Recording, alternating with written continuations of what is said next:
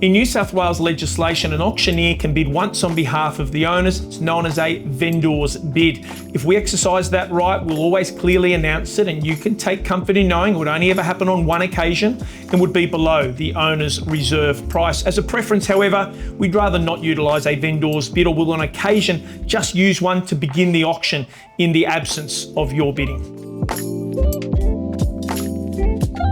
Well, the auctioneer does represent the vendor's interest at the auction. So it is our job to certainly determine where the auction might begin and what are acceptable bidding increments throughout the auction. However, we're certainly very much there to work with the buyers to achieve that market value. As a general rule, if your suggestion is reasonable, we're going to be more than happy to work with you. However, there are instances where, for example, someone wants to start at a very ambitiously low price, and that's not going to be in our owner's best interest, and so the auctioneer may well refuse your opening offer. Equally, if the auction is moving along in, say, $50,000 increments and you tried to bid $1,000, again, the auctioneer is likely to refuse that bid because it looks to be a tactic just to slow down the bidding. And again, that's not in our owner's best interest. Now, that said, doesn't mean it needs to be another $50,000 bid. We may be happy to work with you, for example, at a $25,000 increment at that stage. But again, just be open, ask your questions, and we're there just simply to find the highest bidder on auction day.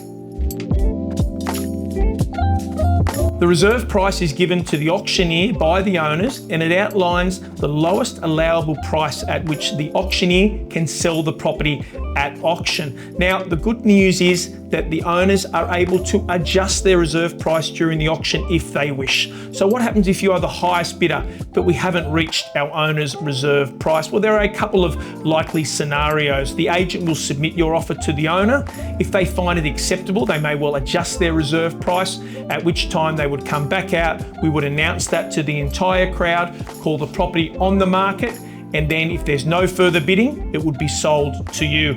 Alternatively, sometimes if there feels like there's a gap that's too big to bridge, we may pass the property in and then negotiate just with the highest bidder. Now, that is not a legal requirement to only negotiate with the highest bidder, but it's a custom that we certainly do follow. And what that means is you will get an opportunity to negotiate the sale between yourself and the owners post-auction, excluding all the other registered parties. Or the third scenario is that your highest bid hasn't quite reached the reserve price, but is in a bit of a grey area for our owners. So our agents might take instruction from them, find out what that bottom number is, come back and speak to you and negotiate with you directly on the auction floor. May give you the opportunity to increase your offer to a level at which the owners would accept it, in which case you can buy the property at auction unconditionally.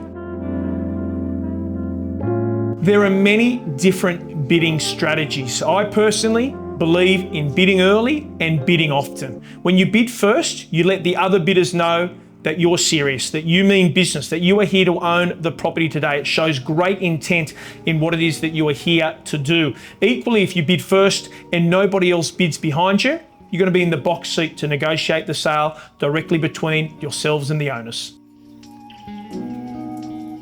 Having a budget at auction is obviously very, very important. A lot of people will set their budget on our round number. Say, for example, you're hoping to buy a property for $1 million and you think, right, $1 million will be my number. Well, my advice to you would be give yourself a little bit of breathing room above that number, like $1,020,000 or $1,030,000 if it's within your capacity. And that way you bid very confidently to that number, because there's every chance that the other bidders at the auction have the same number in mind. So if it gets to the $1 million mark and you bid another $20,000 over the top, it shows a lot of strength, and it might just stop your competition bidding at that stage.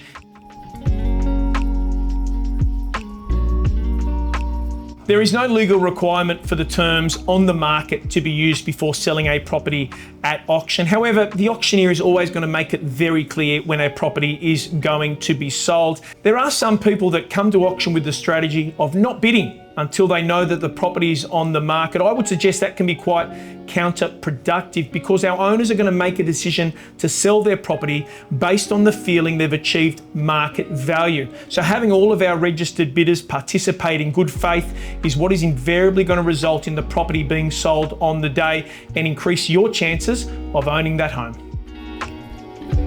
Well, it is not uncommon that we have one registered bidder at auction, and what you shouldn't feel if that is you is that no one else is interested in the property. Invariably, there will be other people interested, unable to bid on auction day, most commonly because they are awaiting finance approval. So you go from a position of competing with other bidders to negotiating directly with the owners, and the agent will certainly help you throughout that process. So again, if you come in with good faith, you get a great opportunity to secure your home at auction without that increased competition that you would see from other registered bidders.